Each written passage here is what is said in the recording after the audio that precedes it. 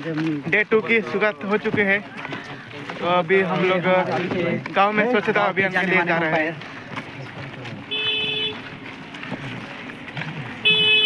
अभी सोडायची का लोकेश सर कर त्याचा खरा टाका खरा टाका तयार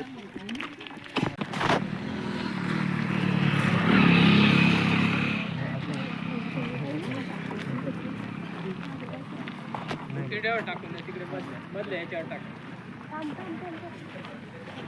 नाही पुढे हे आहे बघा त्यांचं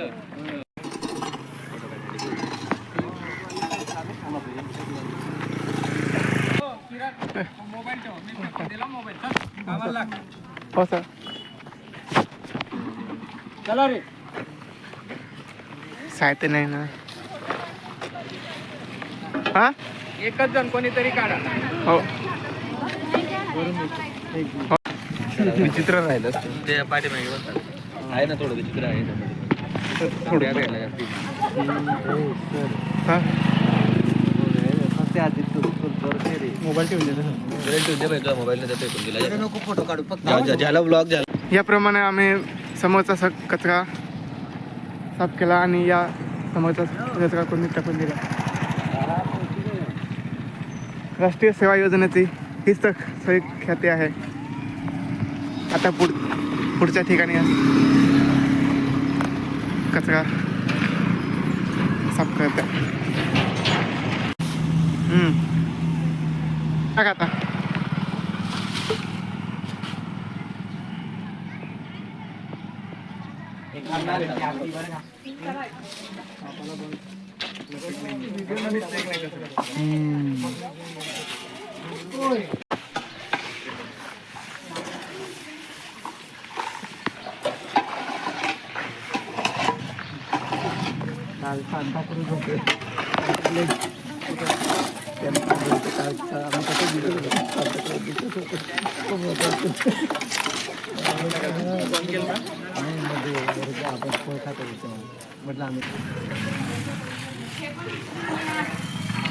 आता शॉपिंग सेंटर जवळ सुद्धा आम्ही स्वच्छता केली।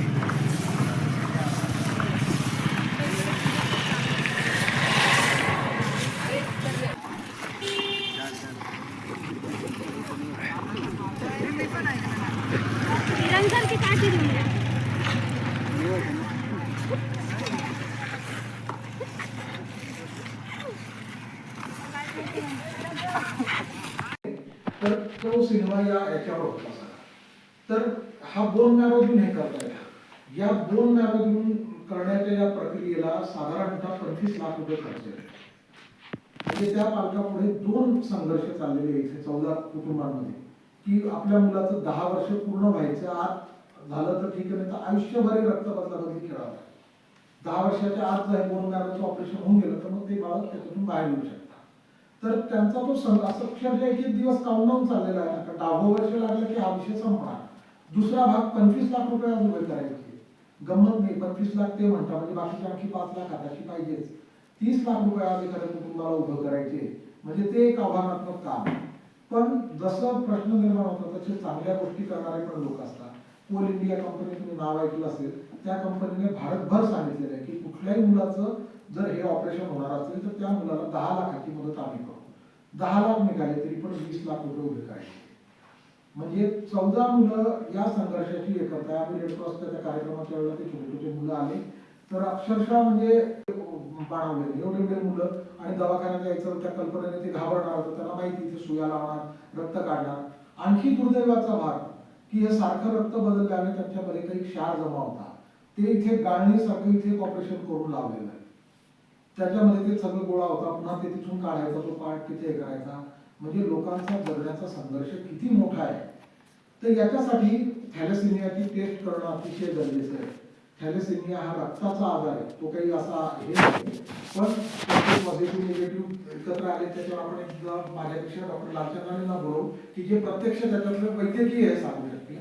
मला सांगायचा उद्देश एकच आहे सरासरी त्याच्यातली की लग्नाच्या आधी या जर टेस्ट करून घेतल्या तर आपण बऱ्याच गोष्टीपासून वाचू शकतो। तिकडे घेऊन जातील, तिथे ते काहीतरी असं हे करतील, डोळा काढून घेतील, मग चेहरा विद्रूप होईल, मग लोक काय म्हणतील. हा एक पहिला भाग. दुसरा भाग अंधश्रद्धा, की जर यांचे डोळे काढून घेतले तर यांना पुढचा जन्म आंधळा मिळेल. हे काय नाही, तुम्हाला हसू येते पण ही वस्तुस्थिती आहे. एकदा रात्री 11-11:30ला फोन आला, ते गेले बाबा गेले आणि नेत्रदान करायचं. त्या पद्धतीने कांतालक्ष्मी हॉस्पिटलच्या टीमला कळवण्यात आलं. ती टीम तिथपर्यंत येते तोपर्यंत आमच्यासारखे 4-5 कार्यकर्ते येते तिथे गेले, कारण आम्हाला ड्रॉप देण्यात आलेले. आजही तुम्ही माझ्या घरी आले तर फ्रीजमध्ये ते ड्रॉप तुम्हाला दिसतील. आणि तिथे जाऊन पहिले ते ड्रॉप टाकून द्यायचे, म्हणजे डोळ्याची क्वालिटी चांगली राहते. आणि बाकीचे लिगल प्रोसिजर असते, काही वारसांच्या सह्या वगैरे तेवढं एक करायचं. आणि त्यानिमित्ताने लोक जमलेले असतात, त्यांना पण थोडी माहिती द्यायची, असं काम आम्ही करतो. बाकी गव्हर्नमेंटची चळवळ, त्याच्यात ते आपलं वैयक्तिक काही हे नसतं, आम्ही त्याला सपोर्ट करणार. त्यावेळेला त्यांच्याकडे आणि सगळेजण परवानगी देतात. म्हणजे पहिलं हे होतं, मी पठारे म्हणून फादर होते तिथे त्यावेळेला, तर सचिन मला म्हणाला त्यांचा मुलगा की म्हणे एक शब्द फादरलाही सांगतो. नंदा असं मॅडम पण होते तेव्हा तिथे आहे. तर मग आम्ही जेव्हा त्यांना सांगितलं की आम्ही अशी चळवळ करतो आणि असं केलं, त्यांनी इतकं तोंड भरून त्याला आशीर्वाद दिला की ही चांगली चळवळ आहे आणि परमेश्वराला पण आवडेल की ही माझी बहीण येते तिकडे, ते येताना ही 2 लोकांचं कल्याण करून येते. उलट तिथे जमलेल्यांना त्यांनी सांगितलं की किती चांगला हा विचार आहे. तर हा अवयवदानाच्या मधला नेत्रदानाच्या बद्दलचं हे सांगितलं. नेत्रदान आपल्याला जेवढी ही चळवळ वाढवता येईल तेवढी वाढवायला पाहिजे. एका बाजूला चळवळ वाढत नाही पण सायन्स टेक्नॉलॉजी काही थांबत नाही. आता काय झालंय, आता इतकं ऍडव्हान्स टेक्निक झालंय की एक डोळा मिळाला तर त्याचे लेयर्स काढता येतात. कांद्याचे कसे पापुद्रे असताना इतके ऍडव्हान्स हे झालेले की एकाच्यातून 4-5 आहेत आणि एकेकाला चिटकवतात ते आणि ते हे करताय. तशा पद्धतीचं पण झालं. ज्यांना आपण राक्षस म्हणतो, श्रीलंका राक्षसाचा देश वगैरे, श्रीलंका हा जगाला डोळे पुरवणारा देश आहे. ब्राझील आणि श्रीलंका या देशांनी कायदे केलेले की तुमचा प्राण गेला त्याच्यानंतर त्या बॉडीवर अधिकार देशाचा राहील. त्यामुळे आज तिथून सगळीकडे डोळे अभ्यासा करतात. फक्त नेत्रदाना करतात नाही ना, जे नेत्रदानाला चालत नाही ते डोळ्याच्या अभ्यासाला उपयोगात येतात. तर त्याच्यासाठी या 2 देशातून अतिशय चांगला पाठपुरावा होतो. आपल्या एवढ्या मोठ्या देशात एवढा मोठा कायदा करणं अजून शक्य नाही, पण जनजागृती करून काही प्रमाणात आपण त्याच्यामधलं काम करता आलं तर करता येतं. आणि ते अतिव समाधान असतं की आपण आपल्या प्रयत्नातून कोणी जग पाहतं याच्यासारखं समाधान नाही. आज माझ्या आईच्या डोळ्यांनी, माझी आई 2005 साली गेली, पण आज कोणीतरी ते डोळे पाहत नाही. ही प्रक्रिया गोपनीय ठेवली जाते. तुम्हाला फक्त एवढा मेसेज येतो की नेत्रदान यशस्वी झालं. त्याच्यामागे कारण 2. एक भावनिक, मला जर कळलं की माझ्या आईचे डोळे XYZ ठिकाणी आहे तर सारखं मी तिथे जाऊन उभा राहील. दुसऱ्या वेळेला एखादा काही वेळा आपल्या बुद्धीचा असेल तर आणि पैसे जे माझ्याकडून असं करू शकतो. म्हणून या गोष्टी गोपनीय असतात. पण मी भाग्यवान याच्याकरता ठरलो की मला माहिती झालं, म्हणजे मी चळवळीचे म्हणून माहिती झालं नाही. 5 जुलैला धुळे सिव्हिलला नेत्ररोपण करण्याची परवानगी मिळाली शासनाने की तुम्ही नेत्र आला तर असं करू शकता. आणि 11 जुलैला माझी आई गेली आणि ते डोळे धुळ्याला गेले. मग धुळे सिव्हिलने ते गाड्या करून हे केलं की आमच्याकडची पहिली शस्त्रक्रिया. त्यामुळे मला माहिती होतं की माझ्या आईचे डोळे कुठे लागले. त्यातूनही कसं झालं, माझ्या आईला सिव्हिअर डायबिटीज होता. दिवसातून 3 ते 4 वेळा इन्सुलिन घ्यायची आहे. त्यामुळे एक डोळा कामात नाही आला, कारण त्याच्या ज्या व्हेन्स होत्या त्या हळूहळू हे व्हायला खराब व्हायला चालू झालं होतं. तर एकच डोळा कामाला आला, दुसरा डोळा उपयोगात आला नाही. मग त्यावेळेला ते ज्यांना बसवलं वगैरे ते त्यांनी त्यांच्या पद्धतीने हे केलं. त्यामुळे मला माहिती झालं. पण एरवी ती प्रक्रिया कोणालाही माहिती होत नाही. आपल्या नंदुरबारला 2 डोळे काढण्याच्या टीम आहे, सिव्हिलमध्ये पण आहे, आता मेडिकल कॉलेज पण आपल्याकडे आलं आहे आणि कांतालक्ष्मी आय हॉस्पिटलचं टीम आहे. तर याच्या संदर्भात तुम्ही पण आता याच्या चळवळीचे अँबॅसेडर व्हायचं, म्हणजे एक चळवळीचे कार्यकर्ते व्हायचं, हा विषय ठेवायचा. पहिल्यांदा कोणीही ऐकणार नाही. काय घेऊन आला, काही पण सांगतो का, असं करता का, तसं करता का, अमुक आहे का, धमुक आहे का, तू तुझं घरचं कर, आम्हाला काय सांगतो का. सगळं कामाला उभं राहिलं की या सगळ्या गोष्टी त्याच्यामध्ये गृहीत, तुम्हाला ते सहन करावं लागणार. तुम्ही गेल्यावर लोक पायघड्याच टाकतील असं होणार नाही. आणि जर तुम्हाला विरोध झाला नाही तर ते तुम्ही चुकीच्या दिशेने चाललेले. विरोध हा झालाच पाहिजे, पण मग आपली भूमिका त्यांना पटवून देण्यामध्ये आपण यशस्वी झालं पाहिजे.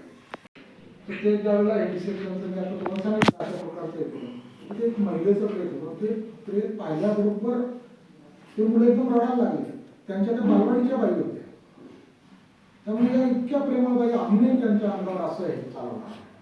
पण त्यांचे शिक्षक पण तेवढे कल्पक होते. म्हणजे बाळांना असं करू नका, त्यांनी तुम्हाला तेव्हाही शिकवलं आणि आताही ते शिकवायला चाललेले आहे, असं करू नका. आणि मग ते डिसेक्शन झालं. म्हणजे असे पण प्रकार या वास्तवात घडत असतात. त्यामुळे आतापर्यंत आम्हाला फक्त 4 बॉडी मिळतात. तेही अजून इथल्या मेडिकल कॉलेजला अजून परवानगी मिळालेली नाही. आम्ही आता मध्ये इथे एक भाऊ म्हणेल काही चालेल, बहीण म्हणेल काही चालेल, असं नाही करून चालत नाही. त्यामुळे नेत्रदान झालं पण देहदान घडू शकलं. मला सांगायचा उद्देश आहे की समज गैरसमज इतके लोकांच्या मनामध्ये, तर या समज गैरसमजातून आपल्याला मधला मार्ग काढायचा. कुठेही आपल्याला काठाला ठेवून संघर्षाला उभं राहायचं नाही.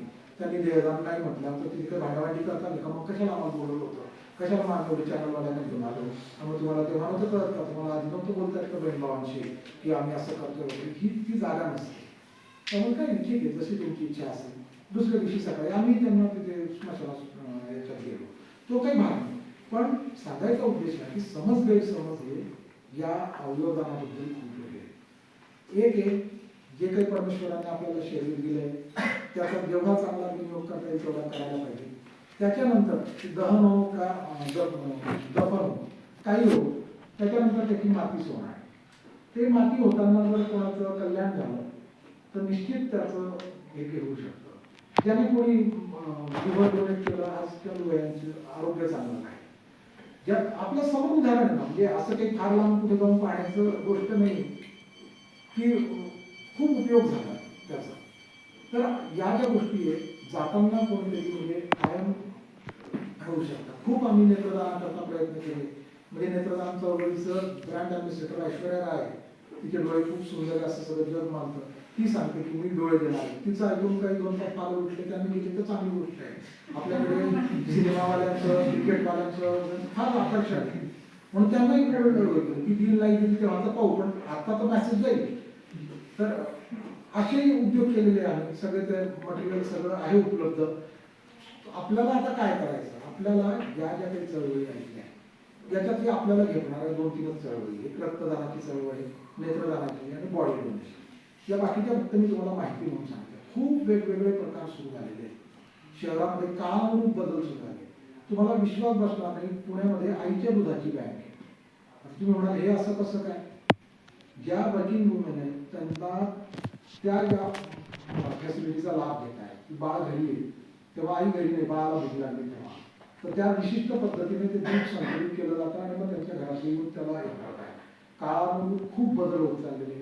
आपल्यावर ते कितपर्यंत येतील, कितपर्यंत त्या गोष्टी आपल्याला लागतील हे आता आपल्याला माहिती नाही.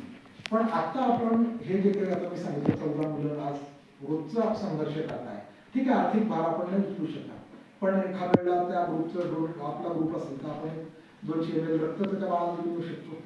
बाकीच्या गोष्टी काही आपण घेऊ शकतो. त्याचे जे सर्टिफिकेट तुम्हाला मिळणार आहे, तुझ्या नोकरीच्या वेळेला येतात, त्याच्यात तुमच्या व्यक्तिमत्वाकडे ते पाहिलं जातं की अरे हा काहीतरी देण्याची वृत्ती असणाऱ्याचं आहे.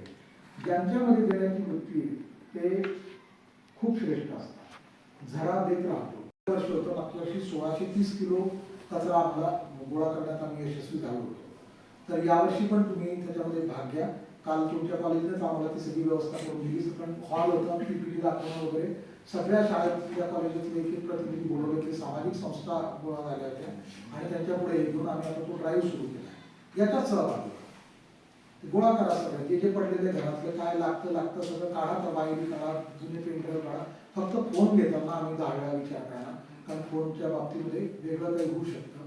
आणि या एवढ्या सगळ्या गोळा करण्यामध्ये एखादा जण जर वाईट बुद्धीचा असला, कुठला चोरीचा असला, त्याने टाकून दिला ते एवढ्या गरजेत वगैरे, तर असं होणं म्हणून फोनच्या बाबतीत फक्त आहे. बाकी तुम्ही कॉम्प्युटर उचलून आणा, काही आणा. शाळांमध्ये तर एवढी जोरात ती मोहीम चालू होती. म्हणजे मागच्या वेळेला 2-4 मुलांनी आपल्या घरातले सगळे चार्जर गोळा करून आमच्या सरांनी मागितले करून टाकून तिकडे टाकून दिले होते. त्याचे आई वडील मग तिथे ओरडत आले की आमच्या चार्जर मुलं घेऊन गेले, सगळे ते उठले आणि त्याच्यातून शोध केली. तर असे एक प्रकार घडतात. तर याच्यामध्ये व्हॉलेंटियर व्हा आणि चांगलं हे व्हा. असं तुम्ही केल्यानंतर तुमच्याकडे पैसा कुटुंबापासून, समाजापासून, स्टाफपासून सगळ्यांचा दृष्टिकोन बदलेल आणि तुम्हाला पण त्यातून एक आग्रह समाधान मिळेल. एखाद्या व्यक्तीचं लग्न झालेलं नसेल किंवा कायद्यानुसार वयात असलेल्या व्यक्तीच्या विरोधात लग्न होत असेल तर ते लग्न म्हणजे चाइल्ड मॅरेज. आलं लक्षात. आता चाइल्ड म्हणजे कोण? कायद्याने सर्वात अगोदर व्याख्या कोण टाकली? चाइल्ड मॅरेज म्हणजे काय? चाइल्ड. पण चाइल्ड कोण?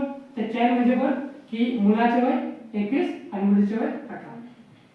याच्या लक्षात आलं की जर वयात मूल म्हणजे 18 किंवा 21 वर्षात जर मुलगा मुलगी नसेल तर ते लग्न काय? Child marriage.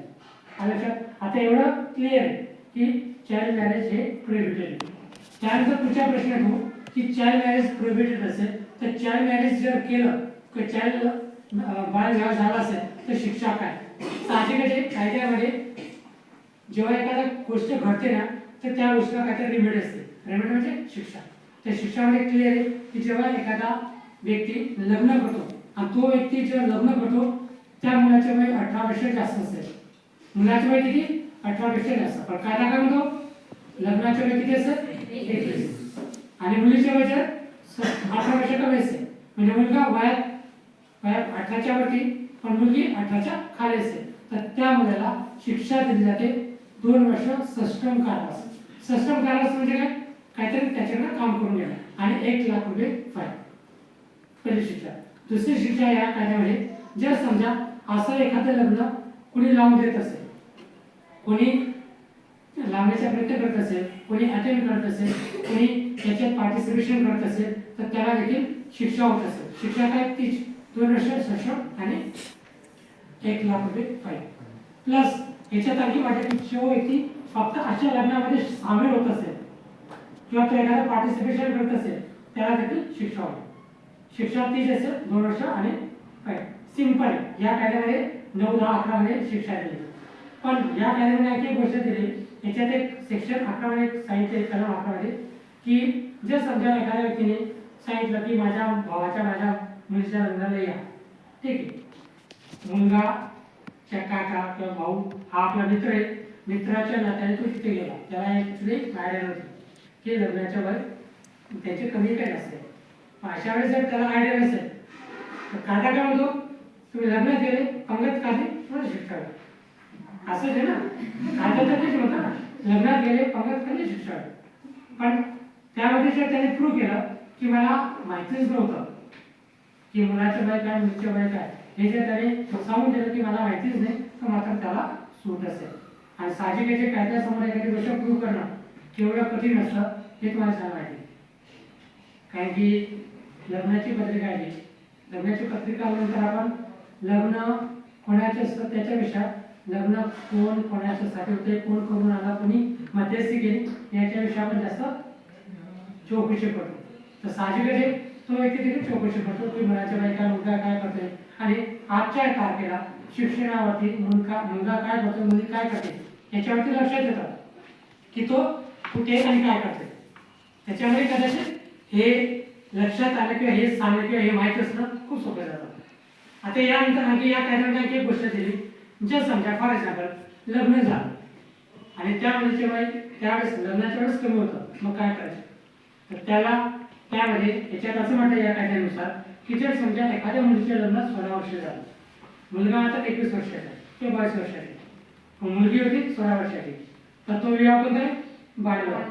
पण त्या मुलीला जर त्या लग्नाची या लग्न करताना जर तिला काहीतरी तक्रार असेल तर ती तक्रार करू शकते. ती तक्रार केव्हा करेल? तिचे वय जेव्हा मेजर होईल म्हणजे ती जेव्हा 18 वर्षाची होईल आणि 18 पासून ते पुढे 2 वर्ष. याच्या अर्थ काय की मेजर झाल्यापासून पुढे तिला 2 वर्षाचा कालावधी असेल, त्या 2 वर्षाच्या कालावधीमध्ये ती दावा दाखल करू शकते, अर्ज करू शकते की तिला लग्न हे कंटिन्यू करायचं का मोडायचे. म्हणजे मान्य करायचे की नाही, हा म्हणजे तिला लग्न मान्य करायचे की राहू द्यायचे का मोडायचे. पण कधी असेल? मेजर झाल्यानंतर 2 वर्ष. याच्या अर्थ काय की 18 वर्षाचा वय असेल तर साहजिकच 20 वर्षापर्यंत मुलीला ते लग्न मोडण्याचा अधिकार असेल. लग्न मोडण्याचे किंवा लग्न कंटिन्यू करायचे त्याला अधिकार असेल.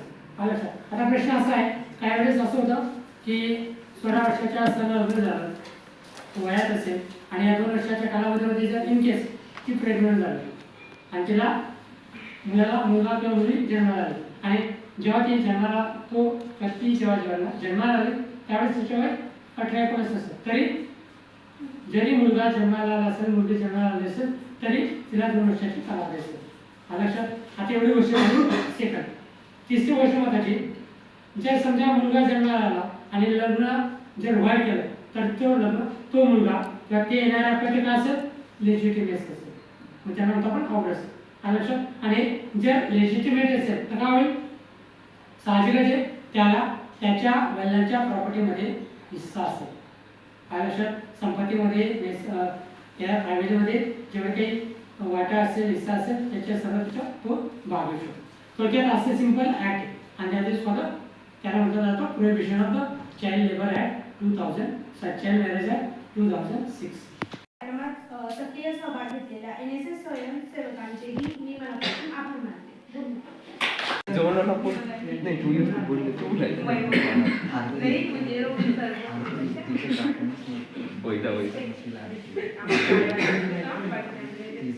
एक नंबर बोलले ना खरं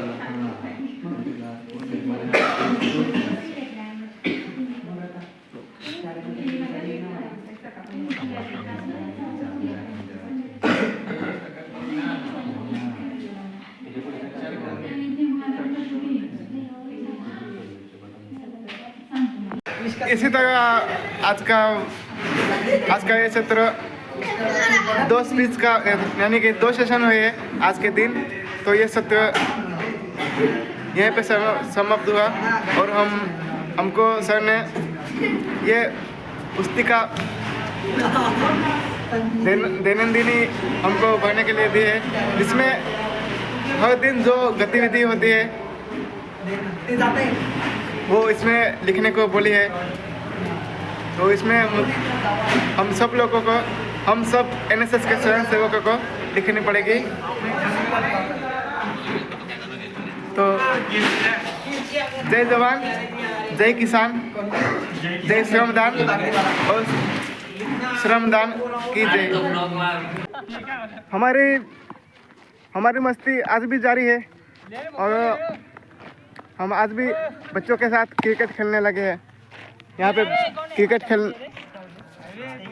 पे बैटिंग कर रहे हैं दुर्गेश सर और साथ में खड़े भाग्येश सर और हमारे जिगरे दोस्त यानी कि आशीष सर, वो वहाँ है गौरव दादा.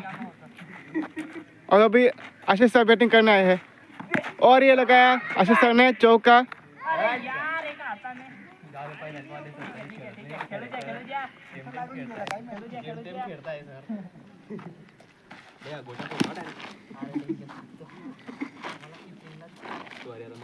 तिकडे समोर उभे बाई मोबाईल बंद कर ना. कुठं पण काही तुझं शूटिंग चालतं. शिवाय दिल्या जातात भाऊ बऱ्याचदा. चांगलं नाही वाटत ते. बंद करतो का मोबाईल तोड तुझ्या. अरे तिकडे. तो दोस्तों आज अभी क्रिकेट खेलने के बाद अभी थोड़ा सा घूमने के लिए निकला हूँ मैं. वो है सामने.